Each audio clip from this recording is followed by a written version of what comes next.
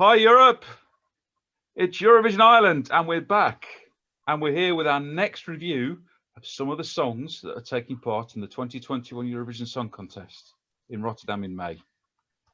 Tonight we've got a group that we've loosely termed the East because that's where they are. Tonight we've got Cyprus, we've got Georgia, we've got Azerbaijan, we've got Israel and we've got Australia. 5 countries, 5 of us to review, and when we do the scoring later on in this broadcast, every score will count. So we're not dropping the bottom score this time. So it could get very interesting. So yes, we've got 4 songs from semi-final 1 tonight and 1 song from semi-final 2. Could one of these win the whole shebang in May? We're going to give you our opinions, then we can find out. But of course, let's introduce you to the team again. We've got Sarah. Hi. We've got Bogdan. Hi, everyone. We've got James. Hey, everyone. We've got Richard. Hi. And me, John. And maybe even a certain mouse might keep popping up as well. It's Daggy. Yay. He likes to get noticed. Just sit over there. Anyway, let's start with Australia. The Australian song is Technicolor by Montaigne. What have we got to say on this one? Over to you, Sarah. Right. Well, after last year, with the Don't Break Me, I could just about cope with that song. It wasn't a great song, but it was reasonably enjoyable. And sort of obviously with the contest being cancelled and Montaigne never got to introduce that on stage, I was really hoping that this year that she was going to come up with something really good and something certainly better than Don't Break Me. Unfortunately, when it came to the performance in Sydney, I must admit, I first of all sort of looked really with my mouth literally wide open. It's just, to me, it is totally different from Don't Break Me. That's certainly the first thing that stands out, but it's different in not such a good way. I just felt the whole thing was just a mess, just right from start to finish. It was just, the vocals I thought were really quite poor. It's bland, it's forgettable and just totally bizarre. I just couldn't really work out what the song's supposed to be about, so it's a kind of a mixture from, it goes from sort of Montaigne sort of vocals and then it goes to the backing singers and dancers shouting. It was just bizarre. I just couldn't find any kind of theme to it. So we've kind of gone from the Krusty the Clown look to the talking about life on planet Zog, to be honest. And I really don't I think it will qualify on the merits of the fact that it's Australia. I think it will qualify on that. But I think it really shouldn't, if I'm honest. I really just don't think it shouldn't, but it probably will, just purely for the fact that it's Australia. And to be honest, I think if I was just the your usual sort of Eurovision Song Contest fan who was tuning in just for that Eurovision week, I don't think it's one of the songs I would be rushing to vote for. I just really don't like it, I have to say. I did prefer Don't Break Me compared to this. Sorry, Montaigne. Thanks, Sarah. Nothing wrong with being honest. Bogdan, what do you think of Australia? Well, I have to agree with Sarah on the part that I did not get the message from the first listening. I was a bit shocked because I wasn't expecting this. And I was like, oh, okay, what am I listening? What am I watching? Having said that, the second day, who was singing Technicolor? It was me. So I did not want to like it. It's in my head. I'm not sure if someone who listens, like Sarah said, for the first time on the night will get it. But the thing is, Technicolor is repeated so many times, you would at least remember that from the song. Yeah, we could work on the vocals. What can I say? I think it has a chance to qualify. If it's the best thing that Montaigne could have presented to us on the stage? No. It's decent, yes. It needs more working, yes. But I still enjoy it, singing it, even though sometimes I don't want to sing it, but I find myself singing it. So that says something. Thanks, Bogdan. James, what do you think?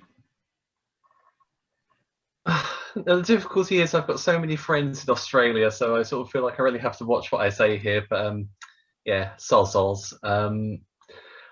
I don't think it's Australia's strongest entry ever. That being said, I think it does have its merits. Technicolor, it's an unusual word to begin with. I thought sort of people had stopped using the word Technicolor in the early 60s, so to sort of hear it again and again and again through the song was a bit of an unusual word choice. Time to take off your clothes. No, thank you. I think I'll keep them on if it's okay. Yeah, it's a bit of an unusual package altogether there. I think the one thing that does save this song is, as Bogdan said, it's very, very memorable and catchy. So I found myself doing the same. I'll be doing the washing up or something, technique. You know, it does just get into your head. And going back to what Sarah said, I think the one thing that saves this song as well as being memorable, is the fact that Montaigne is just an amazing performer. She's very eye-catching. You know, she's always wearing something unusual. You know, she always does something very visual. So I think that will really help out Australia. That, you know, she'll have that instant visual impact. As for qualifying, I'm tempted to side with Sarah and say it's probably going to qualify because it's Australia. Are there stronger songs in the semi-final? Yes, I think there are. But I'm confident Montaigne will give us something memorable. Whether that's memorable for a positive reason or just memorable because it is a bit out there, we'll have to see. But yeah, Australia know how to stage things at Eurovision, so I think come May we'll be having slightly different opinions on this song. Thanks, James. Richard, your go. I'm just going to talk about the vocals because to me, when I first watched it earlier during my lunch hour, I thought that sounds monotone quite a bit. And when there's a song about Technicolor, you expect all sorts of vocals and to make a real impact. And to me, it just didn't really, you know, hit the nail on the head. But visually, if the staging is amazing, like we've seen in the last couple of years, which has really taken us by surprise, then that would be the thing that carries them through to the final. But it shouldn't just be the staging that carries them through to the final. You know, I'm a bit on the fence here. I could see the 100% qualification record going as like the big surprise of 2021, but who knows?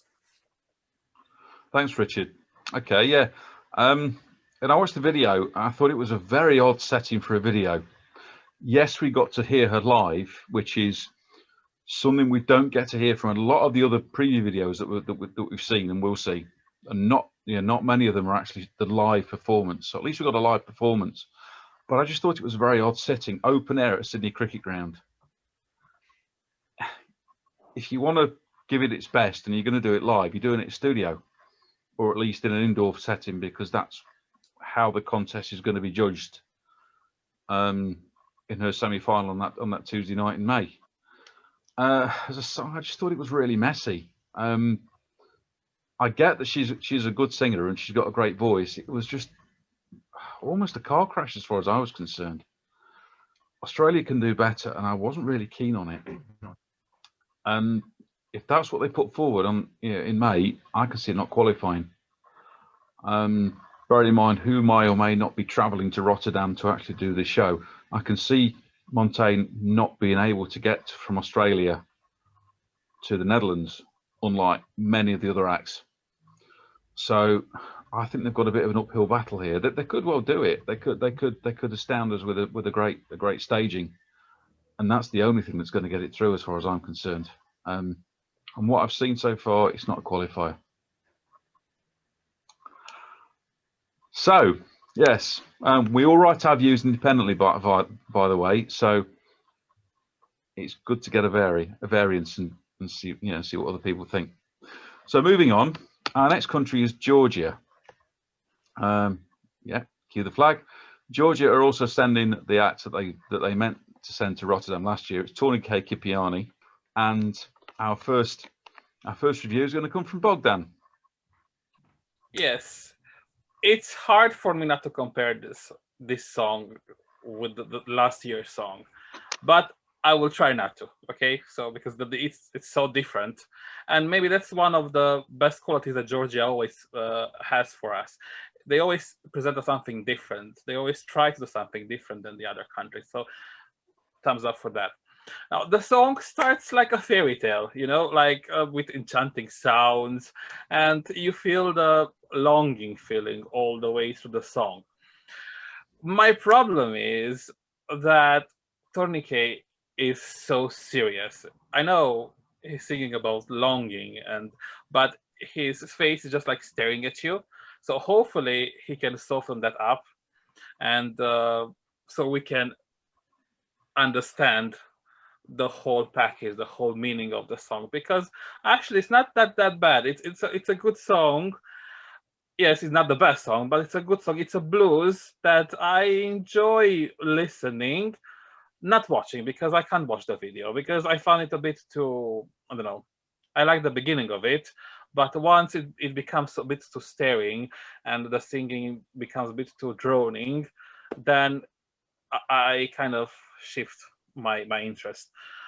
Having said that, I am sure that Tourniquet he will put a good show, and yeah, I can only hope that they will do well. What else can I say? It's been like a Marmite. You either like it or not. Thank you, Bogdan. James, give us your take on Tourniquet. So I know we've already said about comparing it to last year. I think that's going to be a problem in the fan community because last year George's song was sort of so edgy and indie and everything, so that anything that wasn't that was going to be a bit of a and I think that was how people reacted. For the general viewing audience in the second semi-final, that's not going to be an issue. It's a very sweet ballad, and I mean sweet in the sense that, you know, as we say, it's talking about longing. There's some beautiful imagery in there. But I feel at the same time, it's also very safe to the point of being nondescript. And when we found out the running order earlier this week, and we see that Georgia are wedged between Serbia and Albania, two quite up-tempo, quiet, aggressive songs, I do fear for Georgia's chances now. And I mean, it's not to say that it's an impossible task, but I think it is difficult. Tourniquet does have this very serious demeanour. And I think when you're singing a song about loving and missing someone, you do need to sort of soften those edges a bit. Otherwise, it is a bit, you know, there is that sort of contrast between them. And I think people will struggle with that. Georgia have a difficult task this year. I don't think it's entirely impossible, but I think, you know, they would really need to think about how they're going to stage this to really sort of grab Europe's attention. Otherwise, I do fear for it. Thanks, James. Richard. I found it very slow to get going, and it really did not grasp my attention. And with Georgia, they either really do Eurovision well, or they really don't do it well. And unfortunately, I think it's one of those years where they haven't done it well, and it could easily be forgotten about. If I heard that on the radio, it would just pass me by. It wouldn't say Georgia 2021 to me, unfortunately. Thanks, Richard. Okay, I'm sort of maybe prejudging it by what we got from Tourniquet last year, and you got to put in a cracking rock song last year. To me, that's his style. I just find it a bit incongruous that he's gone for this ballad, this almost a show song, in fact. And staging will be key to this one. It's maybe not strong enough to get through on the strength of the song alone. It's going to need something to it. So even if it's, I don't know, a string quartet, a dark setting, ballroom dancers, I don't know. They've got to go down that line. But whether that sits well with how Tourniquet looks, because he just exudes rocker. He's a rock star. He doesn't strike me as a balladeer, but he could be. Yeah. Everyone has a soft heart, maybe. Yeah, everyone does. Could it qualify? I'm erring on the side of no at the moment, but as we've seen with many other songs, the staging will be key, and it will be especially key for this one. Sarah. Well, I'm with mostly everybody else, really. Now, I like a good ballad, but unfortunately for Tourniquet, this is the best one, to be honest. There are better ballads in the contest this year. It's a strong year. I think in a weaker year, maybe might have stood a chance of qualifying, but I think he's going to struggle. like, as I agree with what Richard said in that it takes a while to get going. And for me, if it's going to be a ballad, it's got to grab me instantaneously. And if it doesn't, then I'm completely lost with it. And I just sort of really struggled to keep going with it. It just kind of sounds a little bit dreary, a little bit too much on the dreary side. And the fact that I actually can't remember any of it really doesn't bode well, really at all. I usually like Georgian entries. I like to see them do well, but unfortunately, I think they are going to struggle in a strong year, and especially where they're performing, they're sort of 10th in the running order in the semi-final. And if they sort of come before or after a break, then I think it's going to struggle even more. Sorry. Thanks. Well, we're being constructive. As ever, dear viewer, if you don't agree with us, or if you do agree with us, tell us. We're great to hear your opinions. We're now going to stay in the Caucasus and move to a previous winner, Azerbaijan, represented again like last year by FND with her song Matahari. And James is going to lead off on this one. Off you go. So we know when it comes to Eurovision that Azerbaijan know how to play the game, they know how to stage their entries, and they know how to give us something with a big wow factor. And in all honesty, I remember listening to Cleopatra last year and thinking, potential winner right there. Matahari, I must admit, gave me much the same reaction. Now, I think for people that missed Turkey at the Eurovision Song Contest, and that sort of very Turkic, very Oriental sound, I think something like Matahari is perfect for that because it's got that strong Turkic element in there, traditional music. Sending a song called Matahari to a Dutch Eurovision is, brilliant PR work. Someone really did their homework there. So I think that's a unique idea, and I think that's going to catch people's attention. And, of course, it will be mentioned at some point by the Dutch host, oh, Matahari, who was Dutch, by the way. So, again, just that little bit of extra attention, which I think will work really well. If I had one minor critique about this song is I think it's brilliant. I think it's got a real sort of ethnic dance vibe to it. I really like it. I find I'm humming it a lot of the time. The one thing that I find very strange is that last sort of bridge of music they put at the end. She's sort of very sultry, very seductive, and it's let's go. And then it sounds like the loading music from a 1980s video game. Just that sort of 20-second period at the end. I was like, okay, I think you're trying to sort of hook into the sort of zeitgeist of 80s music being popular in the 2020s, but it just feels slightly out of place, which is weird. I think if you're going to go full on Turkic, that's where we need it right at the end. But no, I think it's a very strong entry.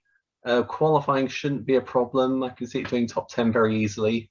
I'd even go as far to say that if the televote winner and the jury winner are vastly different and they've ranked high scores, then I can see Azerbaijan straight at the top. Thanks, James. Richard, tell us about Matahari. I love the Turkish ethnic sounding vibe to it. It sort of takes us back to the days of Turkey participating, and come back soon, Turkey, because we do miss you. It's not necessarily my favourite style of music, however, I do find it quite catchy. And the one thing I do like near the end of it, Fendi mentions Cleopatra in the lyrics, so it's like a nice throwback to her entry from last year. It won't have any problem qualifying.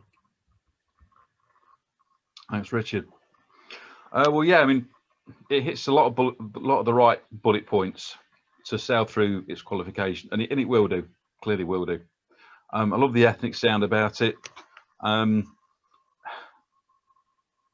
it references Matahari. Now, the previous time the contest was in the Netherlands, there was also a song called Matahari. So history's sort of repeating itself. Although whether she'll do better than the Norwegian Anna-Karina Strum, we'll have to see. Anyway, on the downside, I just suspect that it just felt like it was a 2-minute song that had been stretched to 3 minutes just to fill the time. Again, there's nothing wrong with it. And have we heard Effendi perform live? I'm sure she can.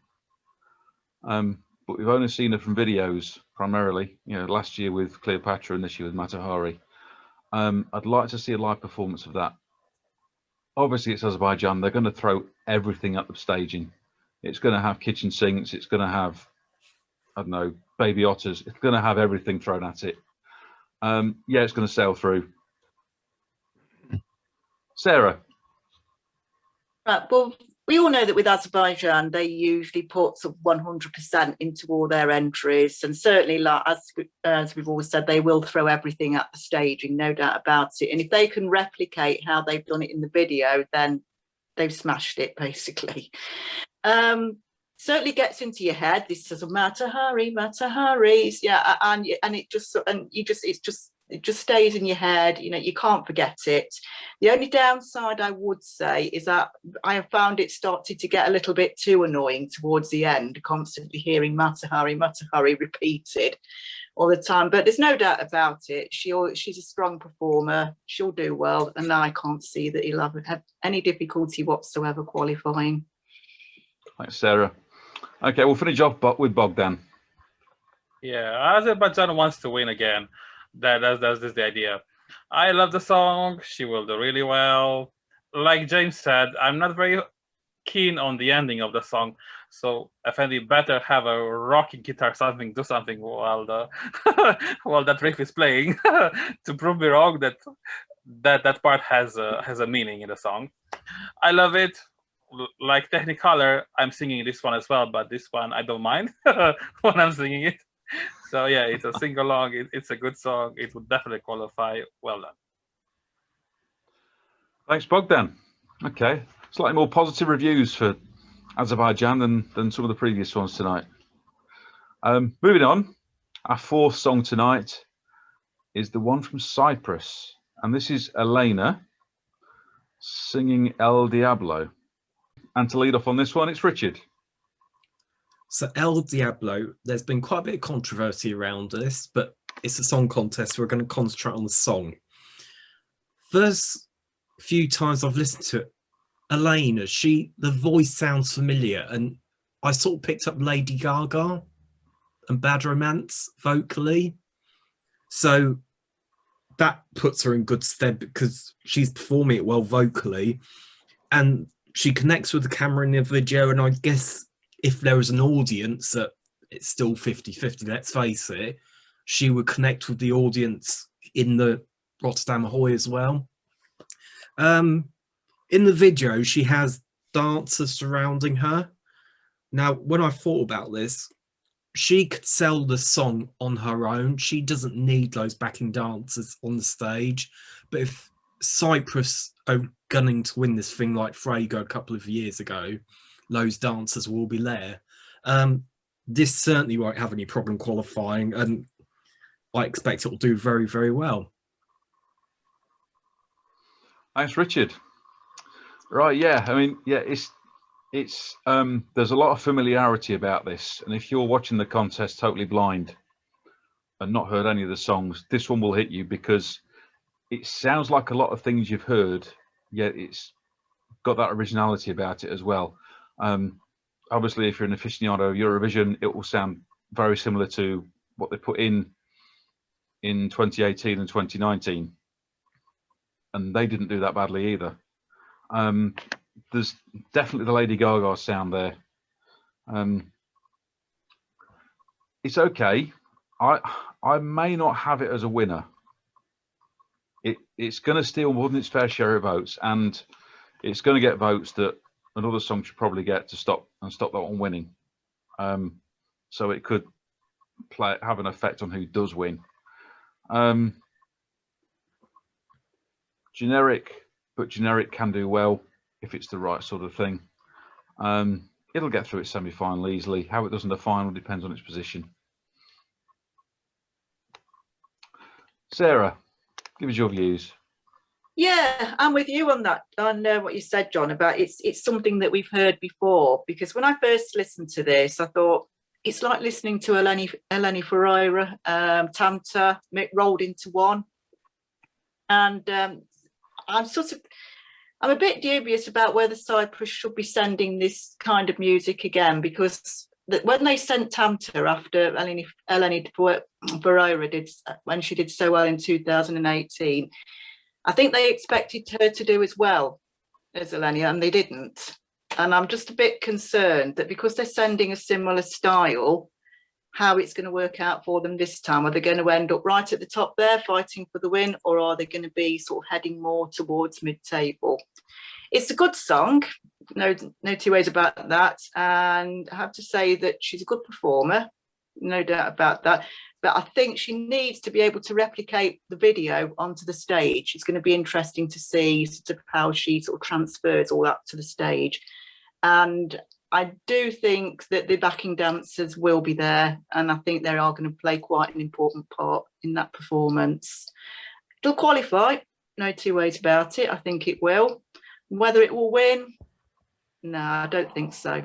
I think it will be sort of probably top 10, you know, but I don't think it will be there for the win. Thanks, Sarah. Bogdan, Elena, what do you think? Well, I like the sound, and like you said, it does remind me of Lady Gaga, and I love Lady Gaga's songs.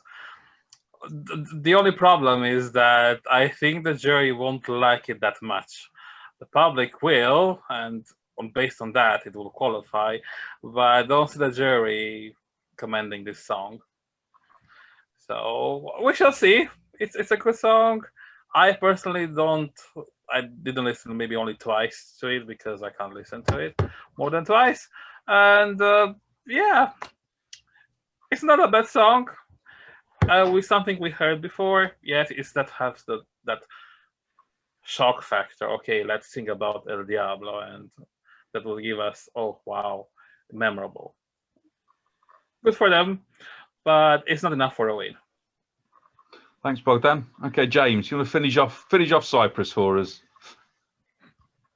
Not literally. I don't think there's much else I can add, to be honest. I agree with what everyone said. I think it's the kind of song that it feels very familiar. It's going to have its fans.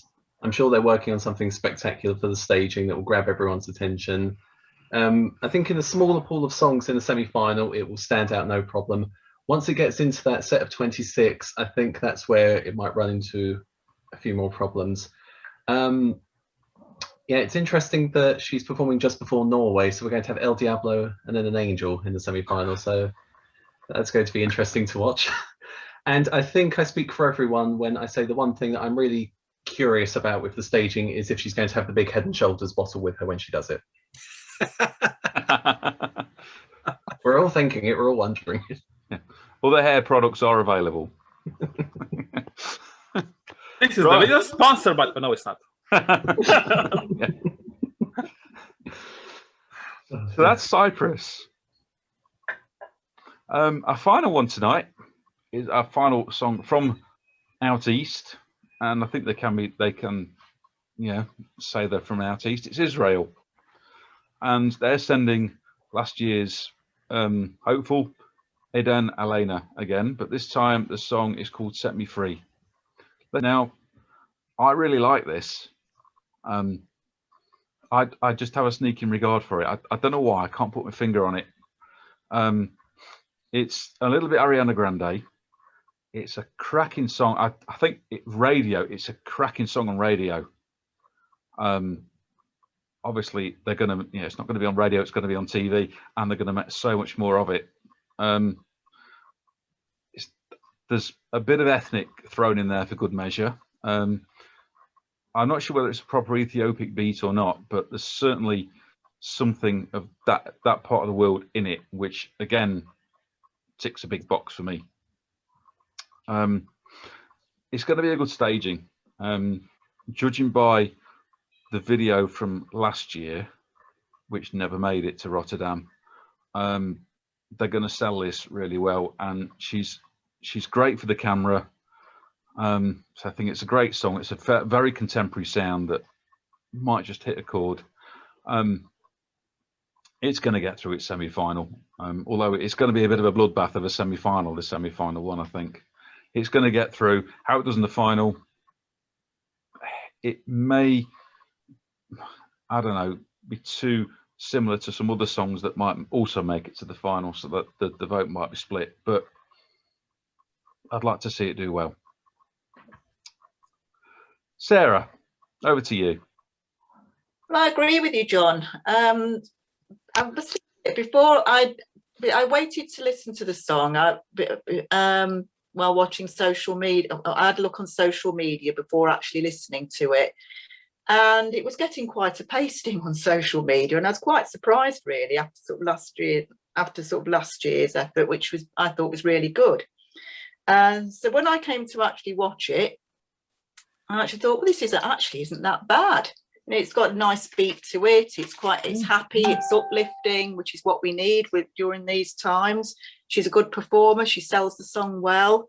And I think if she can transfer that to the stage and put some good staging in there, I think she could be one of the dark horses, to be honest. I think she'll certainly get through the semi-final, and I think possibly could be one to watch in the final. Yeah, thanks, Sarah. Bogdan, what do you think? You know what? I really love this song because it ticks all the boxes. A very good singer, a good song, good performance. It will definitely qualify. The problem is it needs to be memorable to stand out, because the package is there. So now it's all up to them how they stage this song to remain in our minds. Because yeah, it's a sing-along. I love it. So it has everything that I want from a Eurovision song. Just give me something memorable, and Israel can do that. Thanks, Bogdan. James, would you go back to Israel again? Oh, I'd definitely go back to Israel. If we're going back to Israel for 2022, not sure just yet. When I first heard the song, I wasn't immediately grabbed by it. And I wonder if part of that was because, as Sarah was saying, social media, I sort of saw so many posts saying, oh, it's going to be this song, it's going to be this one, it's going to be that one. So when it was like the other option, I was like, oh, okay, I sort of hadn't thought about that. But like a lot of the songs I've said this evening, I found that I was singing along to it. So, you know, I'd be doing something completely unrelated and then just say, set me free. So I think, okay, so it's definitely in there. That's a good sign. We know Eden's an amazing performer. She commands the stage when she's up there. Staging, I think, will be key. I'd be interested to see the music video they did for the national selection with like the light boxes and, you know, people sort of facing into it and everything. I think something like that could be really memorable and could be a good sort of hook for people. But yeah, she's got the sound, she's got the talent. I think Israel will get to the final, no problem. Winning, I think might be a touch ambitious, but I think it's the kind of song that will definitely place. I think there'll be enough people all over Europe that will say, yeah, that's one of the best. Thanks, James. Last but certainly not least, Richard. First of all, I think this is the official video is a revamp of the national final entry. And that's why I think when it came to social media, that's why it had such bad press. And that's why we're thinking, oh, this is good. Because I think it was a revamp, but vocally she's good, and she brings plenty of sass and, you know, presence to especially the video, and I think she'll bring that to the stage as well. And if anything, like the official video, if anything to go by, the staging should be good as well. Qualification wise, she'll get through the semi-final. It won't win, unfortunately, even though we'd all like to go back to Israel on that beach in Tel Aviv, but it should give Israel good placing. Thanks, Richard. So we reviewed all 5 songs for tonight. Now, as we've done in our previous shows, we're going to give each song our own personal score out of 10. Now, this time, because there's only 5 of us, every score will count. We can't ditch that rogue low score. So, will any of these match up to the songs from the previous weeks? We're going to start with Australia. Sarah, what's your score? 5. 5. Bogdan? 5. 5. James? Because I'm worried what my Aussie friends will do to me otherwise, 6. 6. Richard? 2. 2. I'm giving it a 3. That's a score of 21. Georgia next. Bogdan, what's your score for Georgia? 3. James? 3. Another 3. Richard? I really want to go back to Tbilisi, but sorry, this is a 1. 1. I'm going to give it a 4. Sarah? 2. 2. That's a score of 13. Who knows? We could be totally wrong, and we could be dreaming of Tbilisi in 12 months' time. Next, we have Azerbaijan. So, James, what's your score for Azerbaijan? I'm going to give it a 9. A 9. Richard? 9. A 9. I'm going for an 8. Sarah? 8. 8. And Bogdan? 9. 9. 43.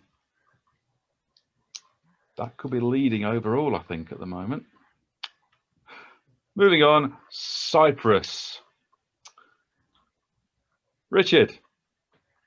Only because it sounds like their last umpteen entries, I'm giving it an 8. 8. It's getting a 7 from me. Sarah? 6. 6. Bogdan? 6. 6. And James? Well, I don't want El Diablo to get 666, so I'll give it a 7. 7. So that's 34 for Cyprus. But finally tonight, Israel. So I'm going to start with an 8. Sarah? 9. 9. Bogdan? 8. 8. James? 8. 8. And Richard? 9. 9. 42. So our scores from tonight, we have in 5th place, Georgia on 13. 4th place, Australia on 21. In 3rd place, Cyprus on 34. In 2nd place, Israel on 42. And just ahead on 43 is Azerbaijan. Now, if you've been watching our previous broadcast, you'll see that we'll be adding up, putting all these scores together. And so by the end of our 7 shows, we'll have top song, because they'll all be scored out of 50. And at the moment, Azerbaijan is looking very good as being the favourite. Now, we'll be back again soon with another one of these shows featuring another area of Europe. We don't have to say Australia anymore because we've covered them. So another area of Europe. Who will it be? Well, you'll have to tune in next time to find out. So we're going to finish here, but first we'll say goodbye. So that's goodbye from Sarah. Bye, everyone. Bogdan.